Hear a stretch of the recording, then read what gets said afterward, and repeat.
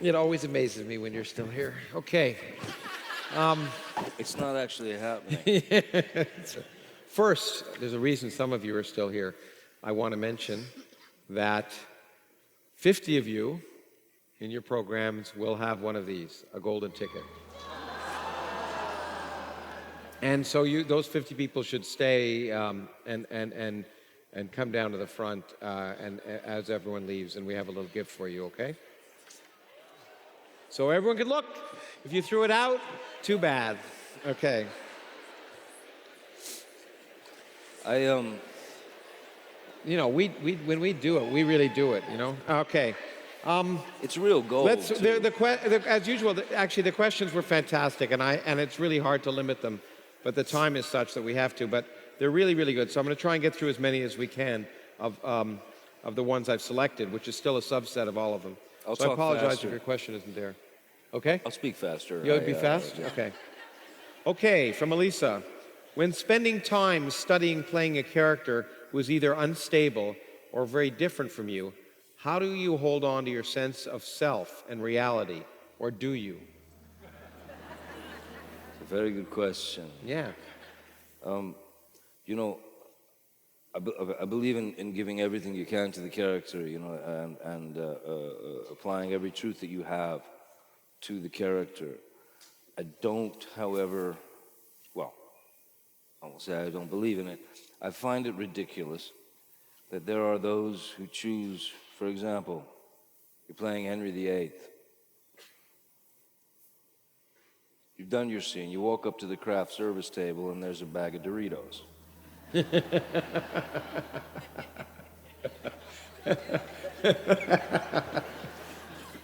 And you eat the Doritos. You know what I mean? There's not a turkey leg there or some giant. So I find that myself, you know, somewhat masturbatory and useless.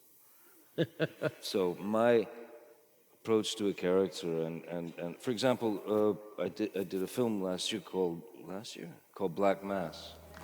Thank you. Where I had the honor of working with a guy named Scott Cooper, who's a great filmmaker and very brand, you know, the child, essentially. That was his third film. Approaching a character like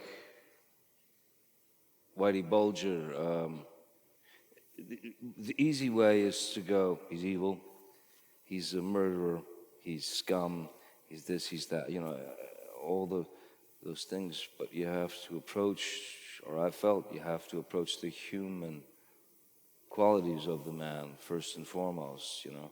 Growing up in that neighborhood of Southie, where loyalty was everything. Growing up in that neighborhood, knowing the old ladies that were there and carrying their groceries, worshiping his mother, worshiping his brother, worshiping his kid, Catholic kid, good kid, you know. But his business, the business that he chose, was a violent, very violent business. And I mean violent in the sense that, like in any business, how do you stay on top? In that particular business, the way to stay on top was violence, and extreme violence, murder. It's all he knew. Now, I'm not sure that doesn't address the fact that he could kill someone and then take a nap on the lazy boy with his cat immediately following. But maybe that's just, again, you know, not occupational hazard necessarily, but a part of the gig. So I approached him as a human first, you know. But in fact, as a human, we talked about this. The one part of that movie that was jarring to me, that didn't seem, well, I think it was jarring to you, that out of character, was when, I'm going to give it away, but when he strangled that young lady. Yeah. And it just didn't, the other crimes seemed sort of more in the context of something to be done. And you want to talk about that? Are you okay talking about that? Absolutely. No, I had requested to meet Mr. Bulger, and through his attorney, Jay Carney, who was a wonderful man, and he respectfully declined to meet with me because of the book that the film was based on, which, of course, he felt was unfair. And pretty much every book that was written about him, he believes, is unfair and not his story. So I spent a lot of time with Mr. Carney, and he was very careful not to give me too much information, but he gave me enough to where I could kind of understand where the man was coming from. However, and this affects the families, and I have the deepest respect for the victims and the victims' families, but I do believe with all my heart that Bulger was not the killer of, for example, that girl. It was Steve Flemmi, his partner. It was Steve Flemmi's girlfriend. He had exposed her to a lot of information that she should not have had, put her in a very dangerous situation. And I think very simply that Whitey Bulger found out about that and told Flemmi to clean up his mess. So I believe that Flemmi is the culprit in that case. And I had a conversation, a very deep conversation, and nearly not a confrontation, but I felt very deeply about it. So we shot two versions. The one that he used, I strangled the kid, but there's another one you didn't, that you shot. There was another version where I did exactly what I said. She was happy to be given this place to live, and I walked up to Flemmi as he's standing there, and I said, "Oh, great, go take care of your mess, clean up your mistakes." So I believe I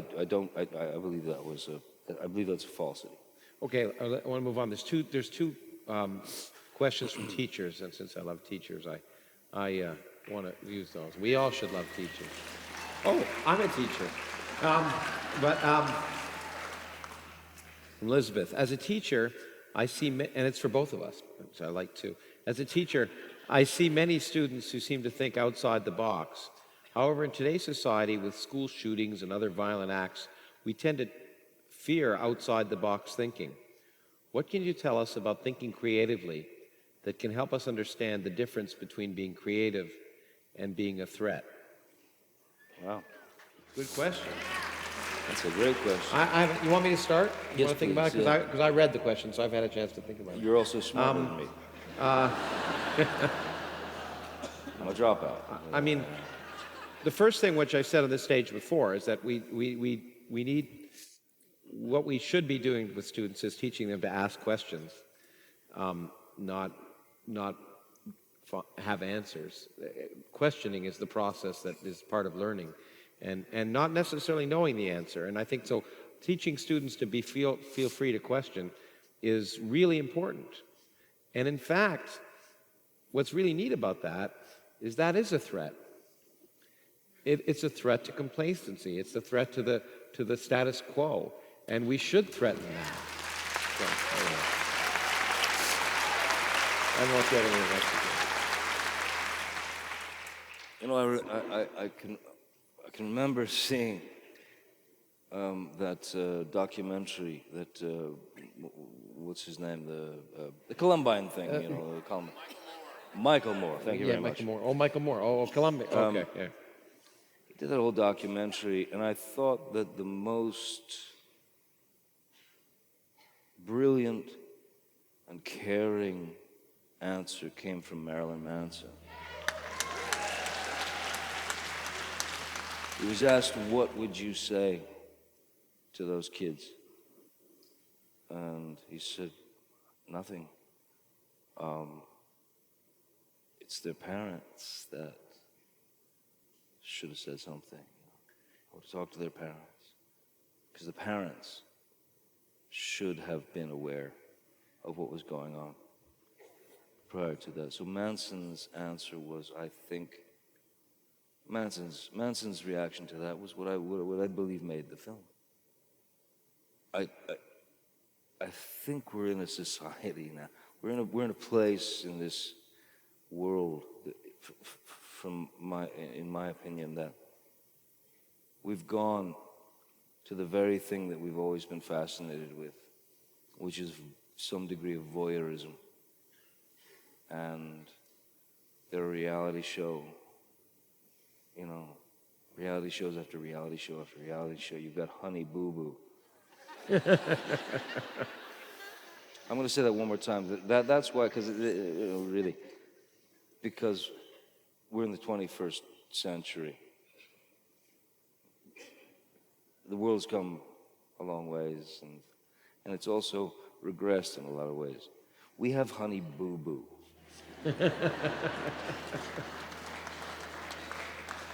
That's now. Where do we go from there?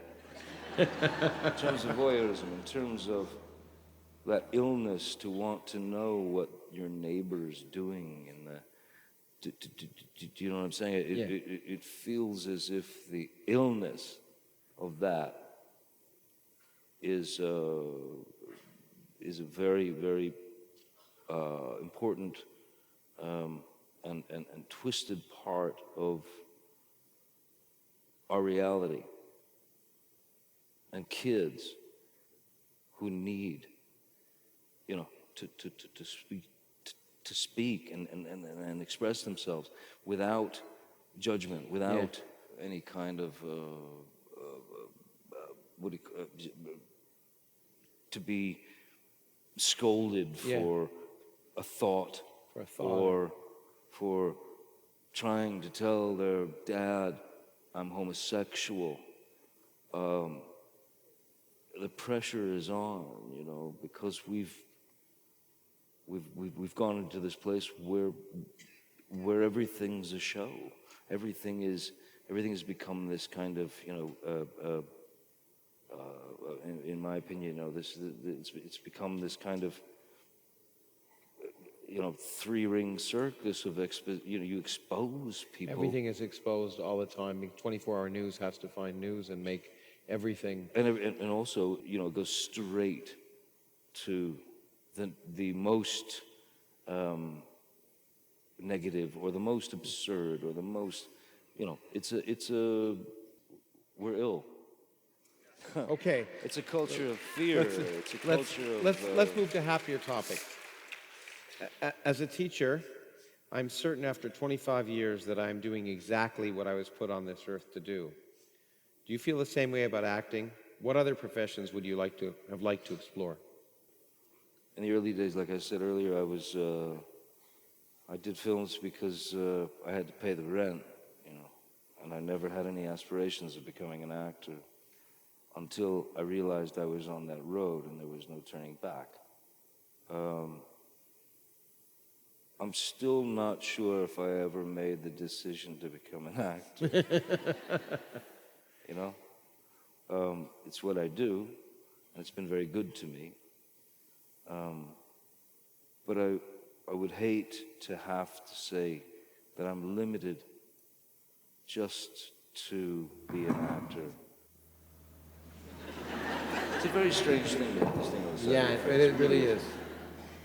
I would hate to limit myself as me, as a human, to say, I'm an actor and that's it, or those horrible things they call you, like celebrity. I never decided to be a celebrity.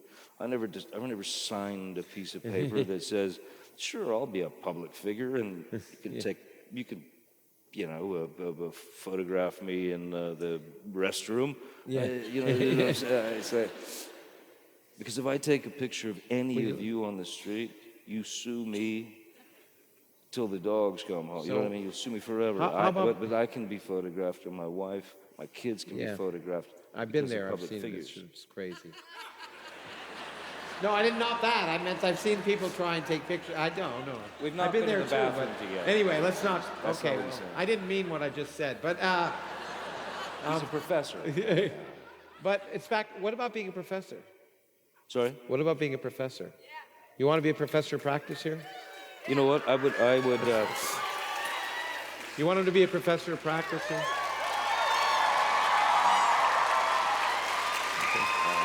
Let's do that.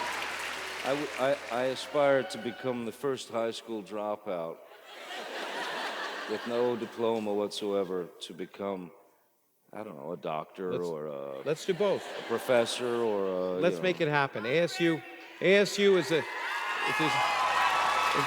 If there's any university in the country that's entrepreneurial enough to do that, it's ASU. So we'll make it happen.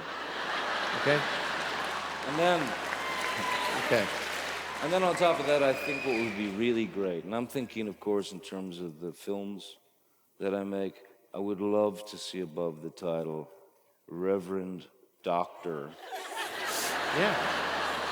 Johnny Depp, PhD. We talked about an honorary degree is too, and then your doctor professor. Okay, we're almost there. I'd be very proud. This is too depressing. Okay, I'm in a good mood now, and besides, we're running late. That one I want to see. I have a question from Gus, who's manning one of the cameras. If you could be one historical character that you've never played, who would it be? Wow. Well, like, as in Rochester, as in John Wilmot, the great poet, who was a forgotten hero, and he should be up there with Byron, Shelley, he should be. Who's forgotten, greatly forgotten here in the United States? Thomas Paine. Thomas Paine. That's a really good idea. Why don't we make a movie about him? About Thomas Paine? Yeah. All right. Okay, it's a deal. Okay. And we could get Gus involved. Probably should shake on it. Then. Let's shake on it. Okay. I'm in. I'm in. It would be great. I can't wait to read. Okay, what in science do you currently find most interesting? And has science impacted any of your work? No.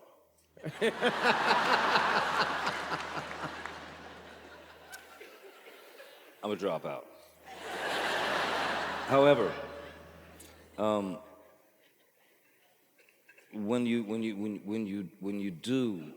are able to have access to the things that are happening in science, like recently we spoke about this collision of two black holes and this wave. Gravitational waves, yeah. On the fabric of our very, you could lock me in a room for a week and I'd still be kind of trying to figure it out, but I would never lose the fascination. So I feel there's something that I want to learn about, because science is reason. Science is, as you say, one of the most beautiful things about science is you don't know the answers. Yeah. You're searching for the answers. And there are other platforms where people declare this is the answer in this box and that's it, and you're stuck with it, and it's incorrect. So I have a great respect for what you do and some of the people I've met with you. But you said it. You're not you don't want to be just one thing, and you're a human being, and science is a part of it. And I respect. I think you're inhuman if you can't be interested in that. And it's all a part. It's just, if you can't be interested in what you do and what I do and anything else, what's life worth it for? One of the most beautiful things I've ever heard you say, as I said, I'm a YouTube fiend because of him. And when you said that we're all made of stardust, and there's truth to that. It's utter truth. That's sort of like, if if you could think about that every day, if that was a part of your daily, if that came to you every day, that thought, what a wonderful thought. If we could celebrate every breath that we take, because nothing's a guarantee. If we could celebrate the breath and the exhale, which is being alive, without, oh, my car won't start. Oh, geez, the cat dropped dead. Hey, I think I need a lobotomy. I mean, there are things that are very, very important in life that we don't think about, And one of the most worrisome things that I went through for years is you're freaked out about your past. You're worried. You're scared to death of the future, and that's all you're thinking about. But the now doesn't exist, And I think that's a grave mistake that we make. Interesting. Okay. Yeah. Okay. I'll buy that. I think. I think.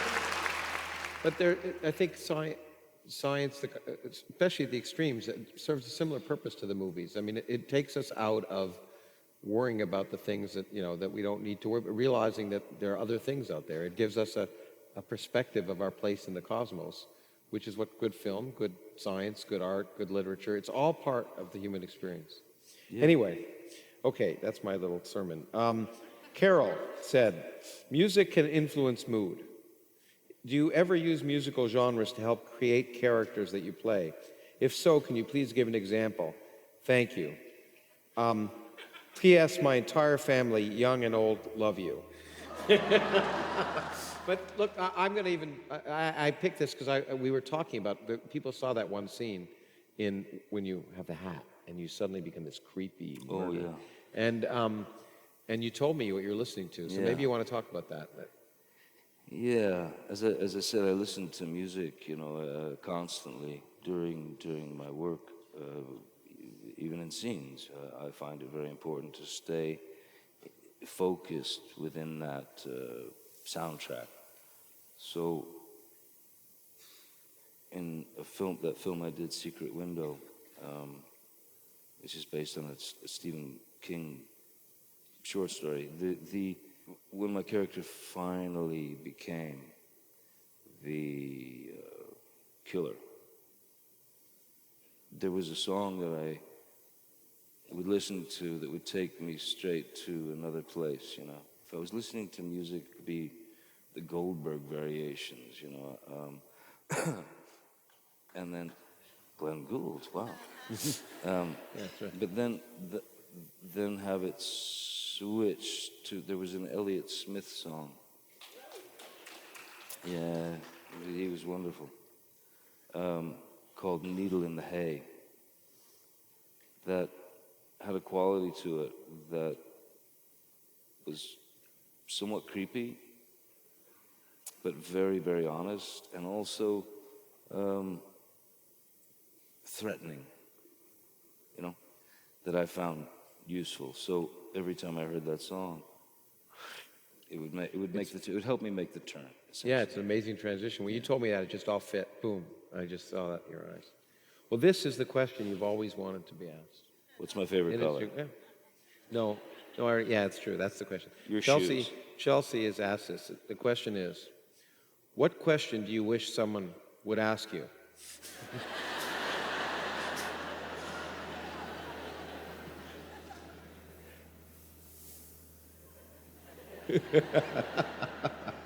Wow. We could be here for a long time. Probably bourbon or scotch. Okay, that's good enough for me. Look, thank you, John, and thank you. Look, Thank you.